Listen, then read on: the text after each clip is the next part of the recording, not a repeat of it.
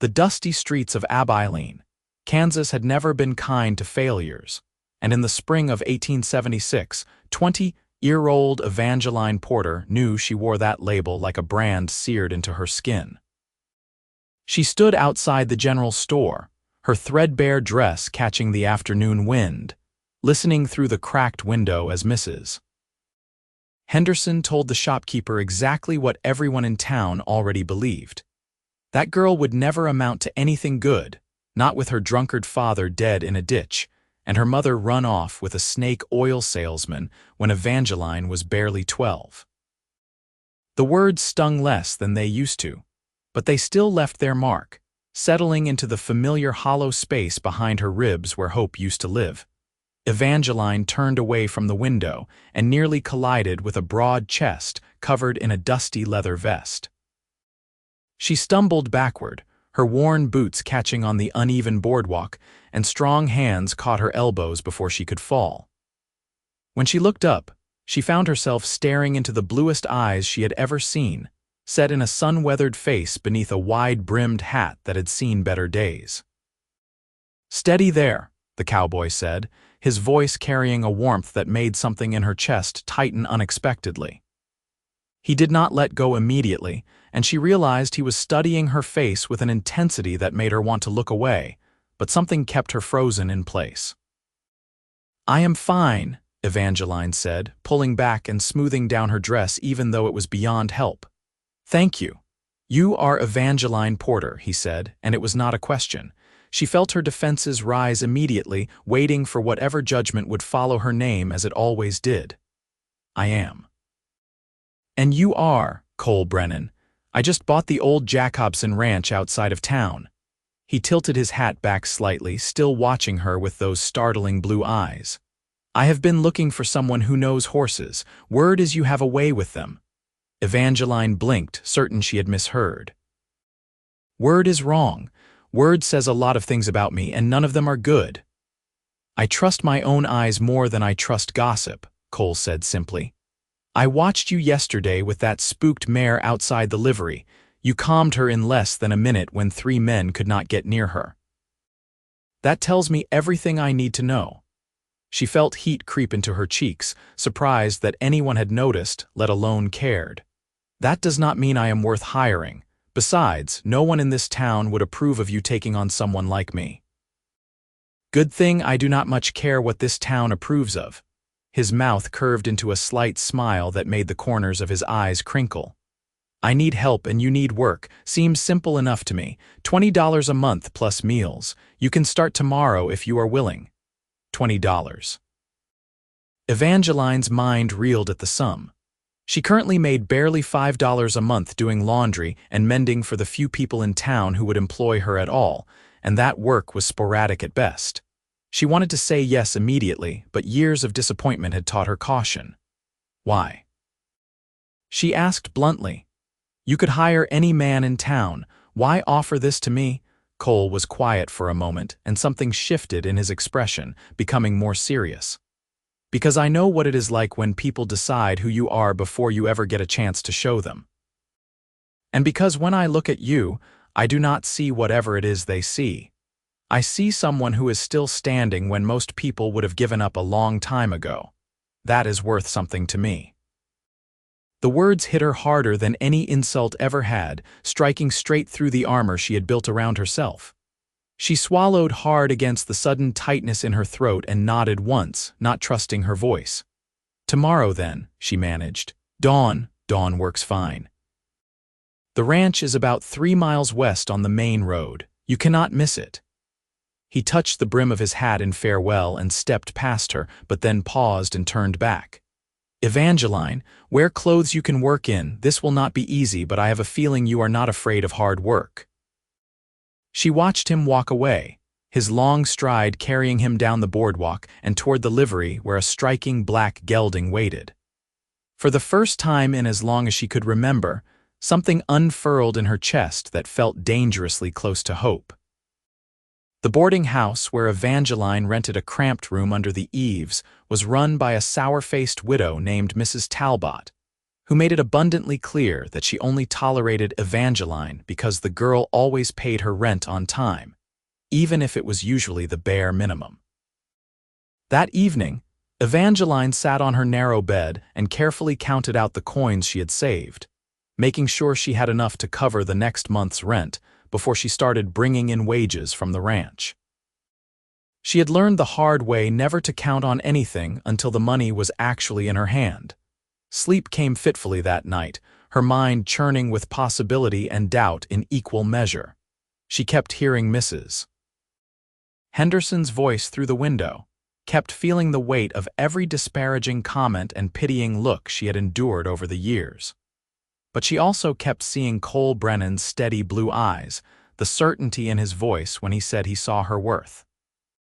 No one had ever said anything like that to her before.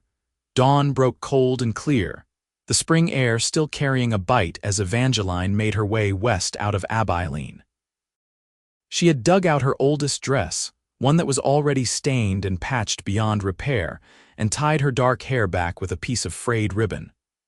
The walk took nearly an hour, but she had allowed herself plenty of time, not wanting to be late on her first day. The Jacobson Ranch came into view as the sun climbed higher, painting the prairie grass gold. It was bigger than she had expected, with a main house that needed fresh paint, a large barn that looked sturdy enough, and several corrals that currently held at least a dozen horses. She could see why Cole needed help. This was far too much for one man to manage alone. Cole emerged from the barn as she approached, leading a chestnut mare who was limping slightly. He had rolled up his sleeves and she could see the corded muscle in his forearms, the way he moved with an easy confidence that spoke of years spent working with animals. "You are early," he said, but he sounded pleased rather than annoyed. "That is good. We have a lot to do. This girl here stepped on something yesterday. I checked her hoof but could not find anything obvious. Would you mind taking a look?" Evangeline approached slowly, letting the mare catch her scent and get used to her presence. She ran her hand along the horse's neck, murmuring soft nonsense words until she felt the animal relax slightly. Then she worked her way down the foreleg, lifting the hoof carefully and examining it with gentle fingers. There, wedged deep in the frog of the hoof, was a small sharp stone. "Hold her steady," Evangeline said quietly, and Cole moved to the mare's head, keeping her calm. Evangeline worked the stone free with careful patience, then checked the rest of the hoof for damage. "It is out now. She should be fine in a day or two, but keep her in the corral and watch for any signs of infection." "Good eye," Cole said, genuine admiration in his voice. "I looked 3 times and missed that completely." They worked side by side throughout the morning, and Evangeline found herself falling into an easy rhythm. Cole was patient when he showed her what he needed, never condescending, never making her feel stupid when she did not immediately understand something. He treated her like a partner rather than a servant, asking her opinion and actually listening when she offered it. Around midday, he led her to the house, where he had prepared a simple meal of bread, cheese, and dried apples. They sat on the porch, eating in comfortable silence while the horses grazed peacefully in the nearest corral. "Where did you learn about horses?" Cole asked eventually, wiping crumbs from his hands. "My father," Evangeline said, and was surprised to find that speaking of him did not hurt quite as much as usual. "Before the drinking got bad, he was the best horse trainer in 3 counties. He taught me everything he knew. I think the horses were the only thing he really loved, besides the bottom of a whiskey bottle. That must have been hard, watching him choose the drink over everything else." She shrugged, but it was not dismissive. It was what it was. He did not choose it exactly. "I think it chose him, and he was too weak to fight it. I stopped being angry about it a long time ago. Now I just try to remember the good parts, back when he would let me help him in the stables and tell me about each horse's personality like they were people." Cole was quiet for a moment, his gaze distant. "My father was a hard man," he said finally. "Expected perfection and delivered punishment when he did not get it. I left home when I was 16 and never looked back." Worked cattle drives, broke horses, saved every penny until I could buy my own place. I swore that when I had something of my own, I would run it differently. Treat people with decency, judge them by their actions, not their circumstances. Is that why you hired me? Evangeline asked. Because you feel sorry for me. No, Cole said firmly, turning to look at her straight on. I hired you because you are good at what you do and because I respect someone who survives despite everything working against them. Pity is useless. Recognition is what matters. Something warm bloomed in Evangeline's chest, and she found herself smiling, really smiling, for the first time in longer than she could remember. The days began to blend together in the best possible way, each one built on hard work and small victories. Evangeline arrived at the ranch every morning just as the sun broke over the horizon, and she rarely left before dusk painted the sky in shades of orange and purple. Her hands grew calloused, her muscles ached in new places, but she felt more alive than she had in years. Cole was true to his word in every way. He paid her fairly, fed her well, and treated her with a respect that still sometimes caught her off guard. But more than that, they worked together with an ease that felt almost natural, anticipating each other's movements, communicating with glances and gestures as much as words. She learned that Cole had a dry sense of humor that emerged when he was relaxed, that he sang off-key to the horses when he thought no one was listening, that he had a soft spot for the old gray gelding who was too ancient to be useful but who Cole refused to put down. She learned that he took his coffee black, that he could fix almost anything with enough time and the right tools, and that he had a deep scar on his left shoulder from a bull that had nearly killed him on a cattle drive 5 years ago. And Cole learned about her too, though Evangeline was less forthcoming at first.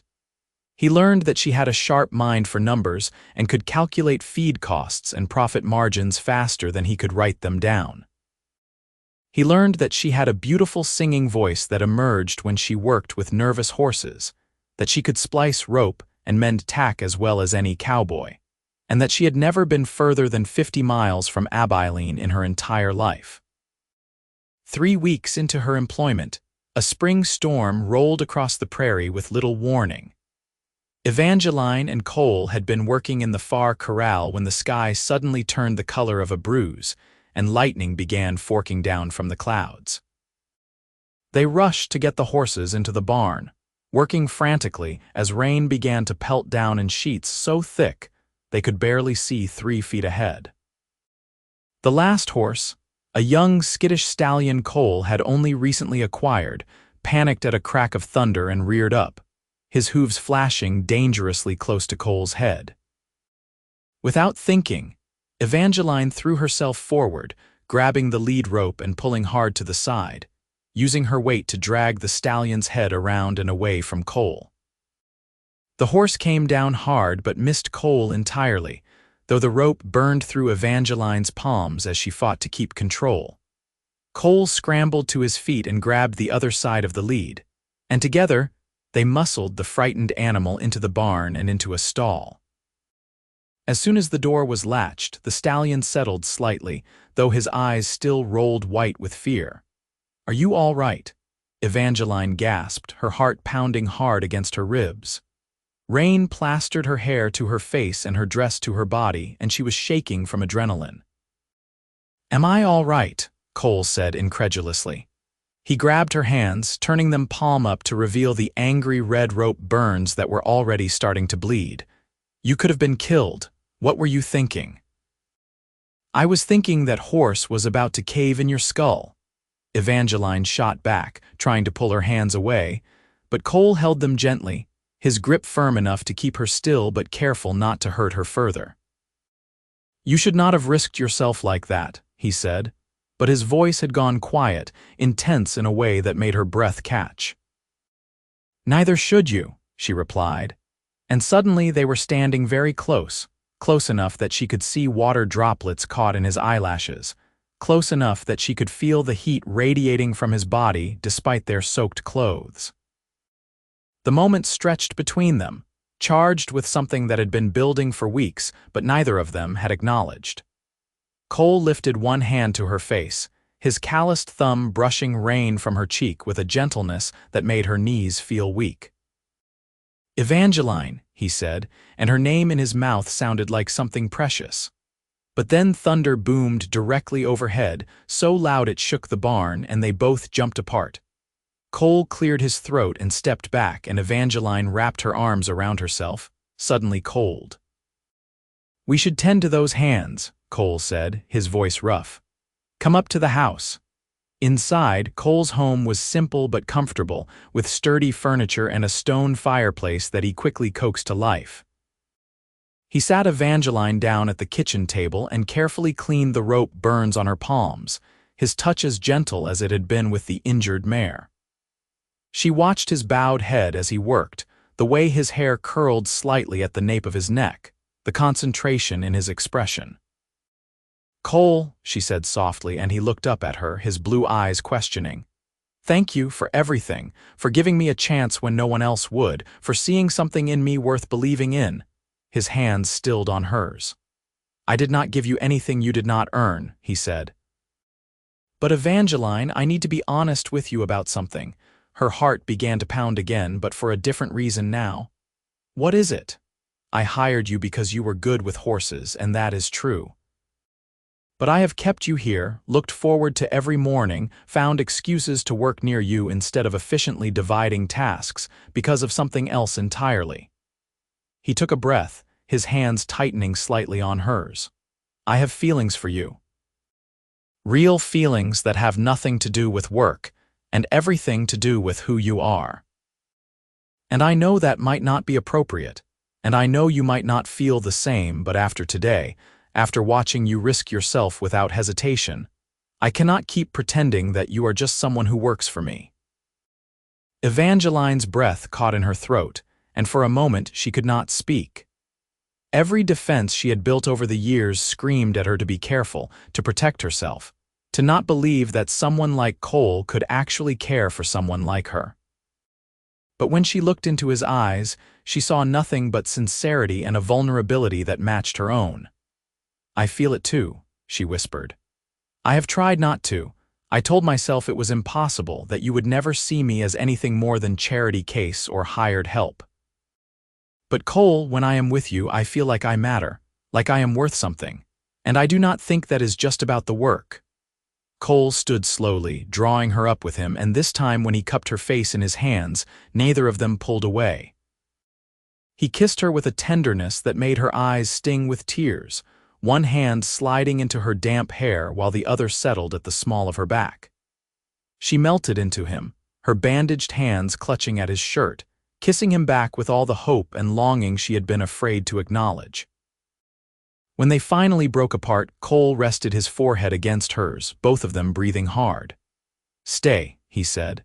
"The storm is not letting up. Stay here tonight. I will take the chair by the fire and you can have the bed. I just want to know you are safe and dry." Evangeline nodded, not trusting her voice. That night, she lay in Cole's bed, wrapped in blankets that smelled like him, listening to the rain drum against the roof and the sound of his quiet breathing from the other room. She felt something she had never expected to feel again. She felt like she might actually have a future worth living.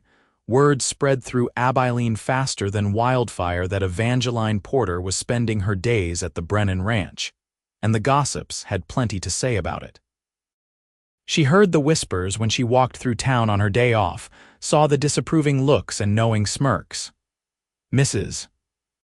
Henderson made a point of loudly proclaiming to anyone who would listen that she had known that girl would end up exactly where trash like her belonged, implying things that made Evangeline's cheeks burn with shame and anger. But when she arrived at the ranch the next morning, ready to tell Cole that maybe she should find other work to spare him the scandal, she found him waiting for her with a picnic basket and a determined expression. "We are taking the day off," he announced, "both of us. There is something I want to show you." They rode out on horseback, Cole on his black gelding and Evangeline on a sweet-tempered bay mare heading north into open prairie. The morning was perfect, the sky endless and blue, the grass rippling like water in the breeze. They rode for over an hour before Cole finally stopped at the crest of a low hill that overlooked a valley with a stream running through it. "This is the prettiest spot I have ever seen," Cole said, dismounting and helping Evangeline down. "I came here right after I bought the ranch, and I knew that someday I wanted to share it with someone who mattered to me." They spread a blanket and ate the lunch Cole had packed, talking about everything and nothing. Evangeline told him about the books she had read, borrowed secretly from the library when the librarian was not looking because she was not supposed to be educated enough to appreciate them. Cole told her about the places he had been, the cattle drives from Texas to Kansas, the mountains he had seen in Colorado, the ocean he had glimpsed once in California. "I want to see all of it," Evangeline said wistfully. "I want to know what the world looks like beyond this little corner of Kansas." "Then we will go," Cole said simply. "Anywhere you want, we will save up, hire someone to watch the ranch, and just go." She asked, her heart beginning to race. Cole turned to face her fully, taking both her hands in his.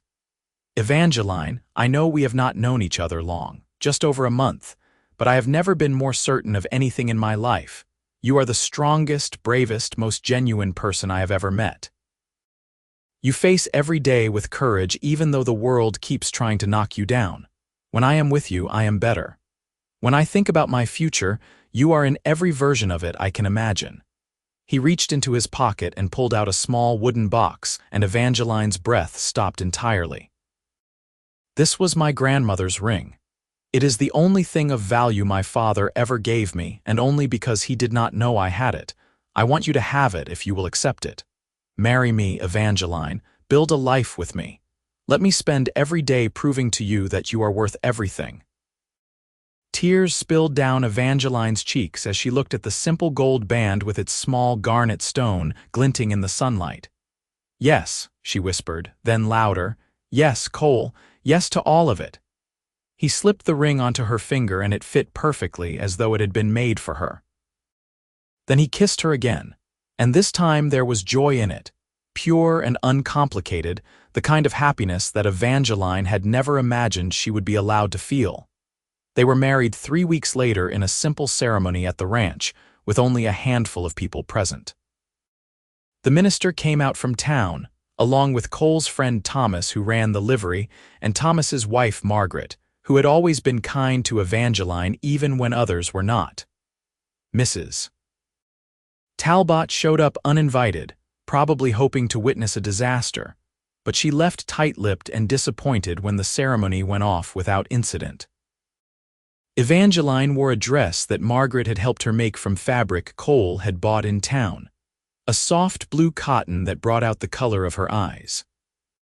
Cole wore his best shirt and vest, and when he looked at her as she walked toward him across the prairie grass, she saw her entire future reflected in his smile. "I never thought I would have this," she said when they were finally alone, standing on the porch of what was now their home, watching the sunset paint the sky. "A home, a husband, someone who actually chose me. I will choose you every single day for the rest of my life," Cole said, pulling her close. "And Evangeline, you were always worth everything, you just needed someone to be smart enough to see it." Their first months of marriage were an adjustment, learning to share space and make decisions together, but they were also filled with a contentment that neither of them had known before. Evangeline threw herself into improving the ranch, using her head for numbers to find ways to save money and increase profit. She suggested breeding some of their best mares, and Cole agreed immediately, trusting her judgment. By the fall of 1876, they had a small herd of foals that would be ready to train and sell within a couple of years. The ranch was thriving, and so was their marriage. Evangeline had filled the house with small touches, curtains she had sewn, wildflowers in jars on the windowsills, the smell of fresh bread baking. Cole had built her a proper workspace in the barn where she could repair tack and keep her tools organized. But the people of Abilene still had not warmed to Evangeline, and there were days when the judgment and whispers wore on her more than she wanted to admit. She had gone into town one October morning to buy supplies, and Mrs. Henderson had been at the general store holding court with several other women. "It is shameful," Mrs. Henderson said loudly, clearly intending for Evangeline to hear. "That poor man fooled into marrying trash. Everyone knows she trapped him, probably told him she was carrying his child or some such lie. He will come to his senses eventually and realize what a mistake he made." Evangeline's hands had clenched into fists, her nails digging into her palms, but she kept her head high and completed her purchases without acknowledging the women at all. When she got home, though, she went straight to the barn instead of the house and sat down on a hay bale, fighting back angry tears. Cole found her there 20 minutes later. He did not ask what happened, just sat down beside her and pulled her against his side. "Let me guess," he said quietly. "Mrs. Henderson, how did you know?" "Because Thomas told me she has been running her mouth all over town. I was planning to ride in tomorrow and have a word with her, but Thomas convinced me it would just make things worse." He tilted her face up to look at him. "Evangeline, I need you to hear this. I do not care what they say, not one bit. You are my wife, and I am proud of that every single day. Their opinions mean nothing to me." "But it reflects on you," Evangeline said miserably. "People think less of you because of me." "People who would think less of me for marrying the woman I love are not people whose opinions matter," Cole said firmly. "And honestly, let them talk. Let them say whatever they want, because at the end of the day I get to come home to you and they are stuck with their small, bitter lives." I would say I got the better end of that deal. Despite herself, Evangeline laughed and Cole smiled, pressing a kiss to her forehead. "Besides," he added, "I have been thinking, what if we did not give them anything to gossip about because we were not here?" "What do you mean?" "I mean that offer I made about traveling. I think we should do it. The ranch is in good shape, Thomas needs work and would be happy to manage things for a few months, and you deserve to see more of the world than this place that has treated you so poorly. What do you say?" "Should we take a real honeymoon?" Evangeline's heart soared at the thought. "Are you serious? Could we really? We have been saving money, and we have worked ourselves half to death getting this place established. I think we have earned an adventure." His eyes sparkled with excitement. "Where should we go? Colorado, California? You name it, and we will make it happen." "Colorado," Evangeline said immediately. "I want to see the mountains you told me about. I want to see snow on peaks in the middle of summer and forests that go on forever." "Then Colorado it is," Cole said, kissing her soundly. "We will leave in 2 weeks. That gives us time to get everything arranged and for you to give Mrs. Henderson one more thing to cluck her tongue about." They left on a crisp November morning, riding the train west with their few belongings packed into 2 small trunks. Evangeline had never been on a train before, and she spent the first hour with her face pressed to the window, watching the prairie roll by in endless waves of gold and brown. Cole sat beside her, his hand covering hers on the seat between them, occasionally pointing out landmarks or telling her stories about places they passed. They stopped first in Denver, a bustling city that made Abilene look like a tiny outpost. Evangeline was overwhelmed by the noise and the crowds, but also exhilarated by the energy of it all. They stayed in a real hotel, with a soft bed and indoor plumbing that seemed like the height of luxury, and Cole took her to a restaurant where they ate steaks and drank wine, and she felt like the most important person in the world.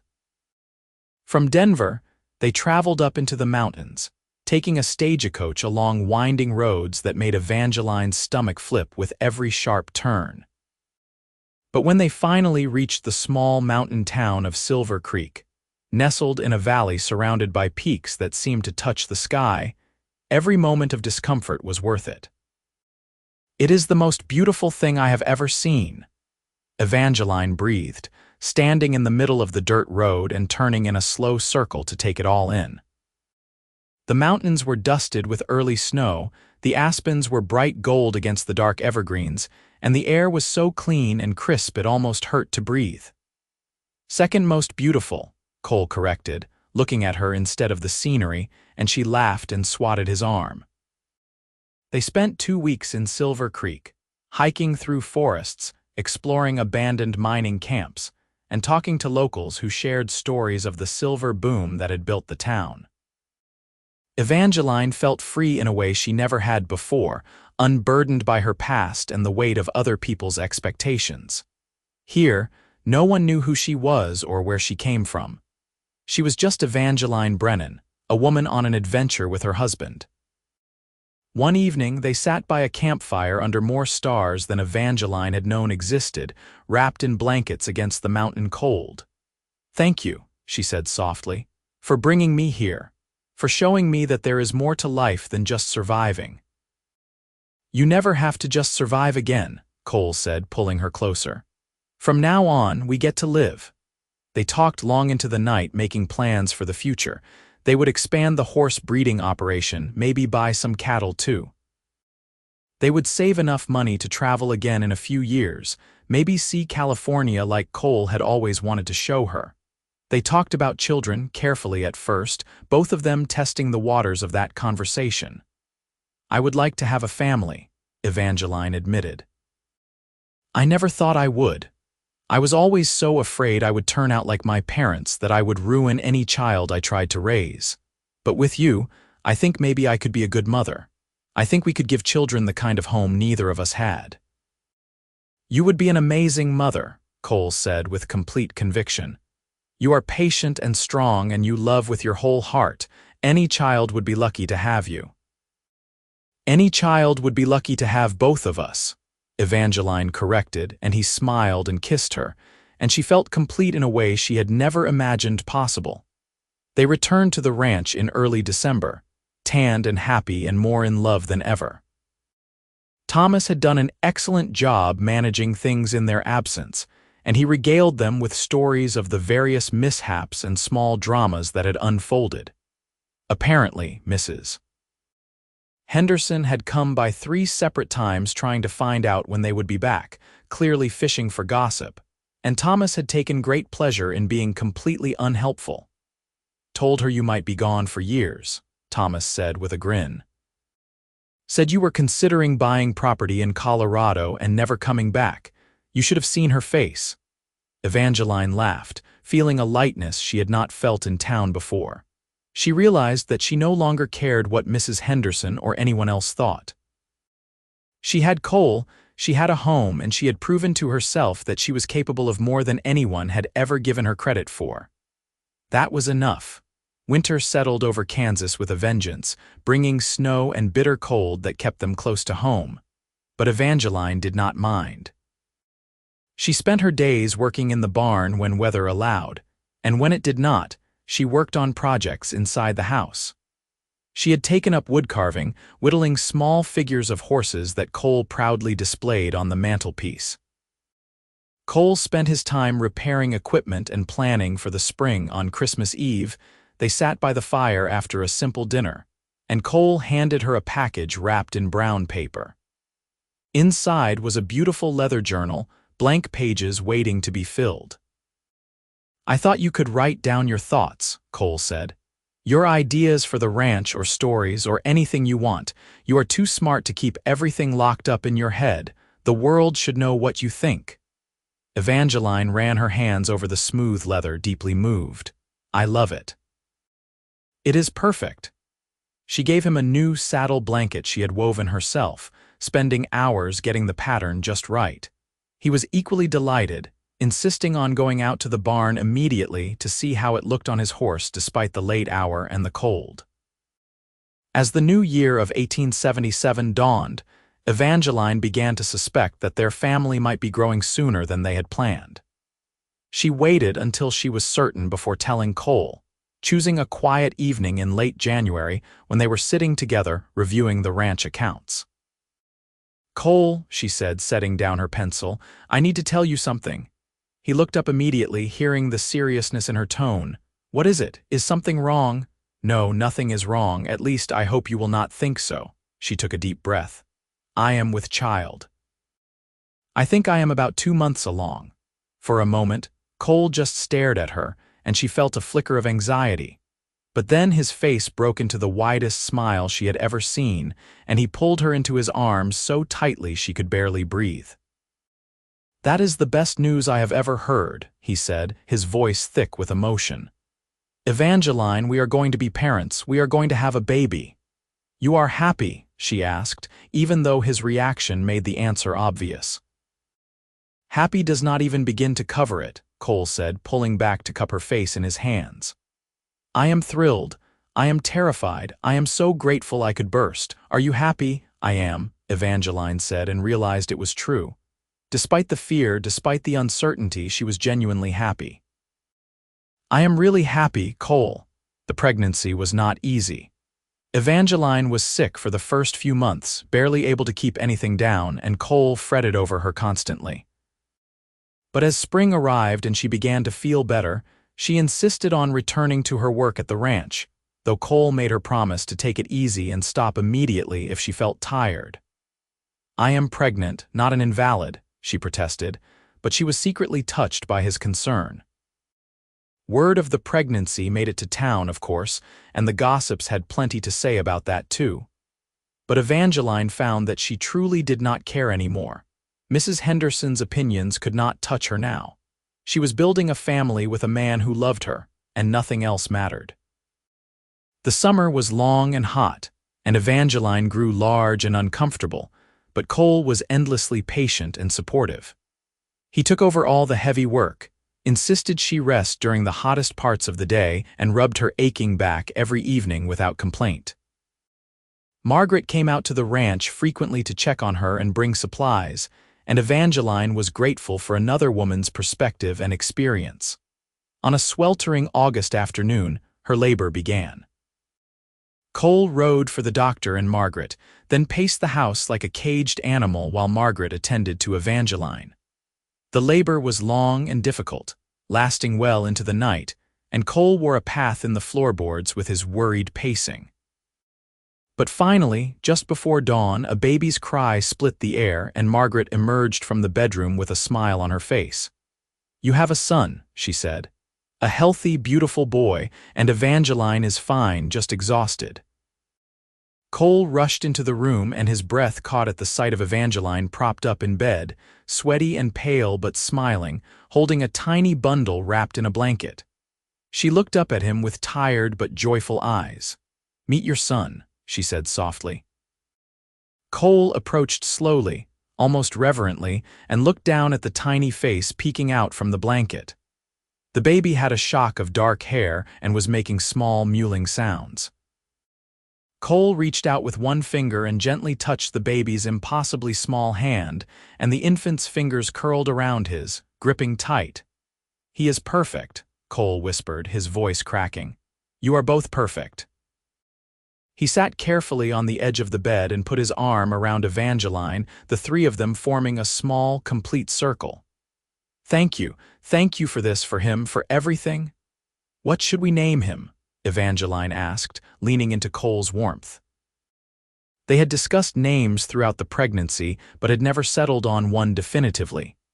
Now, looking at their son, Cole said, "What about James, after your father from before things got bad, the man who taught you everything you know about horses?" Evangeline's eyes filled with tears. "James," she repeated. "James Brennan, I love it."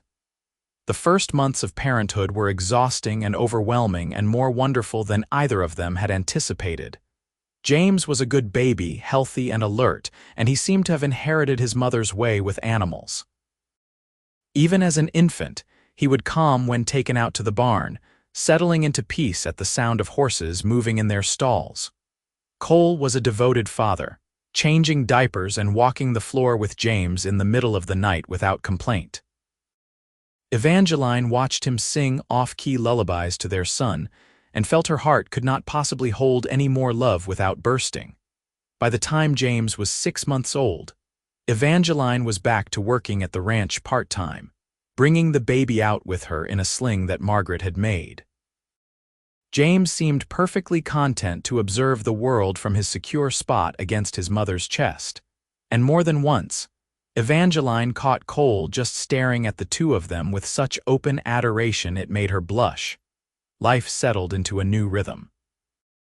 The ranch continued to prosper, their reputation for quality horses spreading throughout the region. People came from as far as Dodge City and Wichita to buy from them.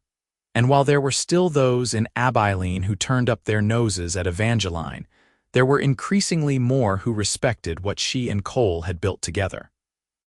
When James was a year old, Cole surprised Evangeline with a trip back to Silver Creek, this time bringing the baby along. It was harder traveling with an active toddler, but it was also more joyful, watching James discover mountains and forests for the first time. They spent 2 weeks in their beloved mountain town, and on their last evening there, sitting once again under a canopy of stars, Cole took Evangeline's hand. "Do you remember what you said the first time we were here?" he asked. "About being afraid you could not be a good mother." "I remember," Evangeline said, watching James sleep peacefully in his portable cradle. "I need you to know that you are an incredible mother, better than incredible. James is the luckiest child in the world to have you, and I am the luckiest man." He brought her hand to his lips and kissed it. "You were told your whole life that you would never amount to anything good, but Evangeline, you are everything good, you are the best person I know." Tears slid down Evangeline's cheeks, but they were good tears, healing tears. "I never believed them," she whispered. "Not completely. There was always a tiny part of me that hoped they were wrong. And then you came along and saw it, that tiny hopeful part, and you helped me make it grow until it took up all the space where the doubt used to be." "We saved each other," Cole said simply. "That is what love does." They returned home renewed and ready for whatever came next. The years that followed were full and rich, marked by hard work and small joys and the deep satisfaction of building something meaningful together. When James was 3, they had a daughter they named Sarah, who had her father's blue eyes and her mother's dark hair. 2 years after that came another son, Daniel, who was quieter than his siblings but just as loved. The ranch expanded, and they hired additional help, young men who Cole treated with the same respect he had shown Evangeline that first day.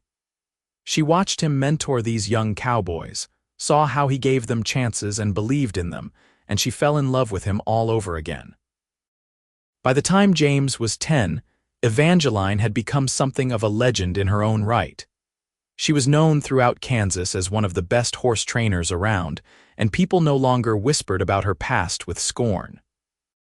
Instead, they told stories about the woman who had overcome everything and built an empire through sheer determination and skill. Mrs. Henderson, now quite elderly, even stopped by the ranch one day under the pretense of buying a horse for her grandson. Evangeline treated her with cool politeness, and as the old woman was leaving, she paused and cleared her throat awkwardly.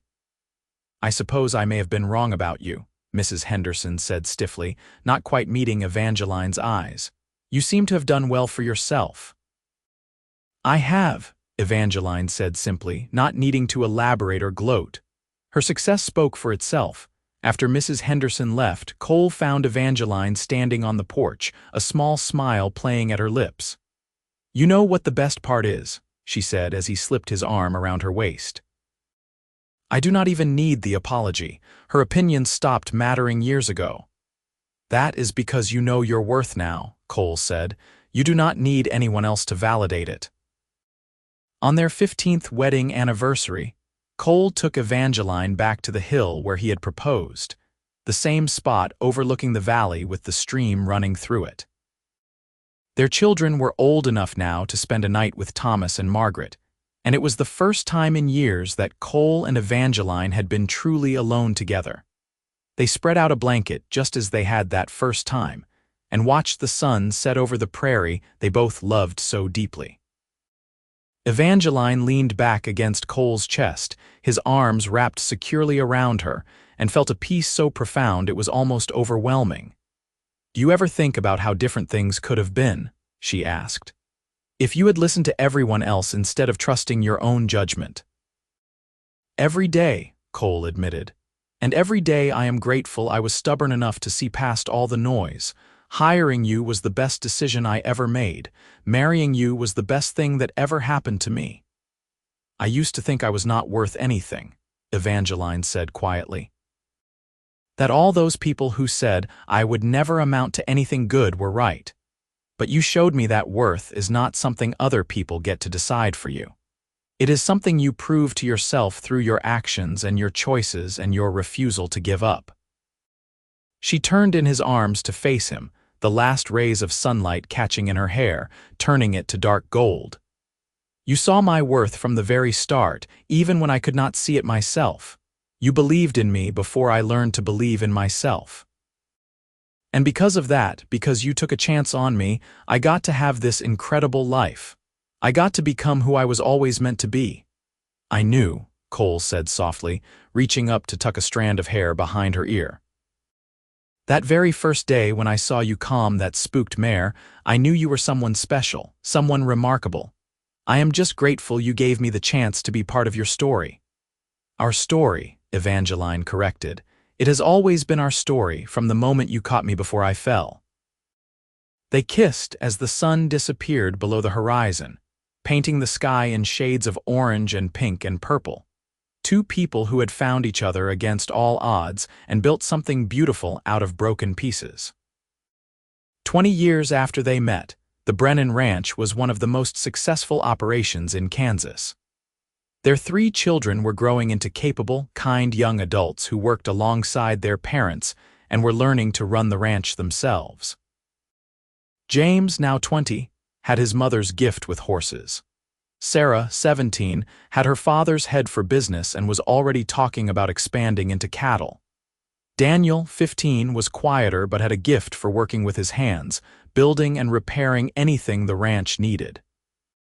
Cole's hair had gone gray at the temples, and Evangeline had laugh lines around her eyes, but they moved together with the same easy partnership they had always had, still able to communicate with glances and gestures, still working in perfect rhythm. One evening in early spring, as they sat on the porch watching the sun set while their children finished evening chores, Evangeline reached over and took Cole's hand, intertwining their fingers. "Do you remember what you said when you hired me?" she asked. "About seeing someone who was still standing when most people would have given up." "I remember everything about that day," Cole said. "I was not just standing," Evangeline said, looking out at the ranch they had built, the life they had created. "I was barely hanging on by my fingernails, too stubborn to quit but too tired to keep fighting much longer. And then you showed up and gave me a reason to keep going. You gave me hope when I had forgotten what that felt like." She squeezed his hand, turning to look at him with all the love she felt written plainly on her face. "They told me I would never amount to anything good, and you saw my worth from the very start. Because of that, because of you, I got to prove them all wrong. I got to build a good life. I got to be happy. I got to fall in love and raise a family and become someone I am proud to be." Cole raised her hand to his lips and kissed it, his blue eyes still as clear and steady as they had been that first day. "You did that, Evangeline. I just had the good sense to get out of your way and watch you soar." "We did it together," she insisted. "That is what matters. We did it together." As darkness settled over the prairie and the first stars began to appear, their children came up to the porch, tired from a good day's work. James was telling a story that made Sarah laugh and Daniel roll his eyes fondly. They were good kids, Evangeline thought. They would make good adults, carry on what she and Cole had started. "I love you," she said to Cole, simple and direct as always. "I love you too," he replied, pulling her close. "Every single day I love you more." And sitting there surrounded by the family they had built, and the life they had created from nothing but hope and hard work and unwavering belief in each other, Evangeline knew with absolute certainty that she had amounted to something good after all. She had amounted to something extraordinary. Not because anyone had given her permission or because the world had finally decided she was worthy, but because she had claimed her worth for herself and refused to let anyone take it away. The cowboy had seen it first, that spark of potential burning beneath years of pain and judgment. But Evangeline had been the one to fan that spark into a flame, to build it into something warm and bright and lasting. Together, they had created something neither of them could have achieved alone: a true partnership, a real love, a life worth living. And as the stars wheeled overhead and the prairie wind whispered through the grass, Evangeline Porter Brennan smiled, content in the knowledge that her story, their story, had turned out exactly as it was meant to. Against all odds, despite every obstacle, she had found her place in the world. She had found her home, she had found her worth, and she had found love that would last all their days and beyond. The years continued to roll by with the steady rhythm of ranch life. Their children grew and eventually began families of their own, though they never strayed far from the land that had raised them. James married a smart young woman from Topeka who took to ranch life immediately, and they gave Cole and Evangeline their first grandchild, a granddaughter they named Evelyn, in 1897. Sarah married a cowboy who worked on a neighboring ranch, someone who respected her intelligence and business sense, and they combined their operations, making the Brennan name even more prominent in the region. Daniel surprised everyone by falling in love with the new schoolteacher who came to Abilene, and he built her a beautiful home on a corner of the ranch property, filling it with handcrafted furniture that showcased his incredible skill. Cole and Evangeline gradually stepped back from the day-to-day operations, trusting their children to run things while they enjoyed their grandchildren and the peace they had earned. They spent their mornings sitting on the porch with coffee, watching the sun rise over land they had worked with their own hands. They spent their afternoons puttering around the barn, still unable to stay away from the horses completely. They spent their evenings exactly as they had spent them for decades, side by side, content in comfortable silence or easy conversation. On a warm June evening in 1899, when Evangeline was 43 and Cole was 46, they rode out one last time to their special hill overlooking the valley. They moved slower now, their bodies carrying the evidence of years of hard work, but they still rode with confidence and ease. They sat on the same blanket, watching the same sunset, but everything else had changed. Where once there had been uncertainty and fear, now there was peace. Where once there had been doubt, now there was certainty. Where once there had been two broken people hoping for something better, now there was a legacy of love and family and success that would outlast them both. "We did good, did we not?" Evangeline said, leaning against Cole's shoulder. "We did better than good," Cole replied, kissing the top of her head. "We did extraordinary. All because you took a chance on me. All because you were brave enough to take a chance on yourself," Cole corrected. "I just got to come along for the ride." Evangeline laughed, the sound warm and genuine, and tilted her face up to kiss him. After 23 years of marriage, the spark between them had not dimmed. If anything, it had grown stronger, tempered by time and hardship and joy into something unbreakable. "Thank you," she said against his lips, "for seeing me, for believing in me, for loving me when I did not know how to love myself." "Thank you for letting me," Cole replied, "for taking a chance on a stubborn cowboy who did not know how to take no for an answer." They sat together until the stars came out, counting constellations and making plans for the years ahead. There would be more grandchildren to spoil, more horses to train, more sunsets to watch together. There would be challenges still to come, because life always brought challenges, but they would face them together as they had faced everything else. Eventually, they rode back to the ranch, where lamplight glowed warm in the windows and their family waited. Their children had gathered for Sunday dinner, and the house was full of noise and laughter and love. Evangeline stood in the doorway for a moment, taking it all in, feeling overwhelmed with gratitude for everything this life had given her. Cole came up behind her and wrapped his arms around her waist, and she leaned back against him, solid and steady as he had always been. "Worth it," he murmured into her hair. "Every single moment," she replied, and it was true. Every hardship, every moment of doubt, every cruel word and pitying look had been worth it to get here, to this moment, to this life.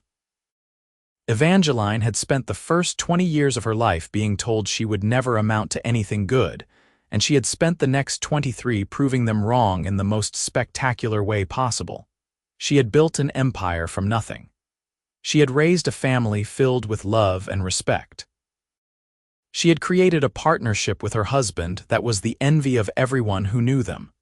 She had become a legend in her own right, a woman whose name was spoken with admiration instead of scorn. But more than any of that, she had found happiness. Real, deep, lasting happiness that filled every corner of her life. She had found her worth, not because someone had given it to her, but because she had claimed it for herself.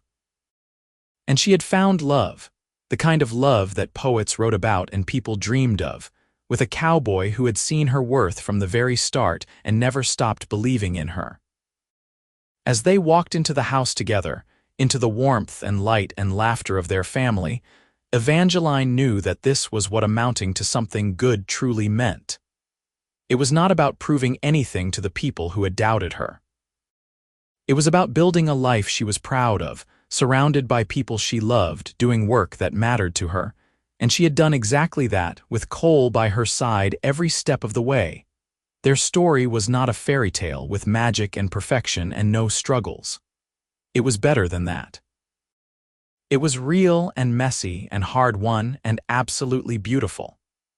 It was a testament to what two people could build when they believed in each other, when they refused to accept the limitations others tried to place on them, when they chose love over fear every single day. Years later, when Evangeline was old and gray and her grandchildren asked her to tell them stories of the old days, she would always start with the same memory. A dusty street in Abilene, a kind stranger who caught her before she fell, and blue eyes that saw her worth before she could see it herself. And she would end every story the same way, with words she had learned were true through decades of living them. They told me I would never amount to anything good, but a cowboy saw my worth from the very start. And because of that, because I had the courage to believe him, I got to have this extraordinary life. I got to have all of you. And that, my darlings, is worth more than anything in the whole wide world. The ranch still stood strong as the 19th century gave way to the 20th, a testament to everything Cole and Evangeline had built together. And though times changed and the Wild West became more civilized, their love story remained, passed down through generations as proof that worth is not determined by circumstance or by other people's opinions, but by the choices we make and the love we give and receive. Evangeline Porter had been told she would never amount to anything good, but Brennan had seen her worth from the very start. And together, they had proven that sometimes the most powerful thing in the world is simply having someone believe in you until you learn to believe in yourself. Their story was not just about falling in love. It was about finding worth, claiming dignity, building a legacy, and proving that who you are is not defined by where you came from, but by where you choose to go and who you choose to become. And in the end, that is exactly what they did. Together, always together, they became exactly who they were meant to be.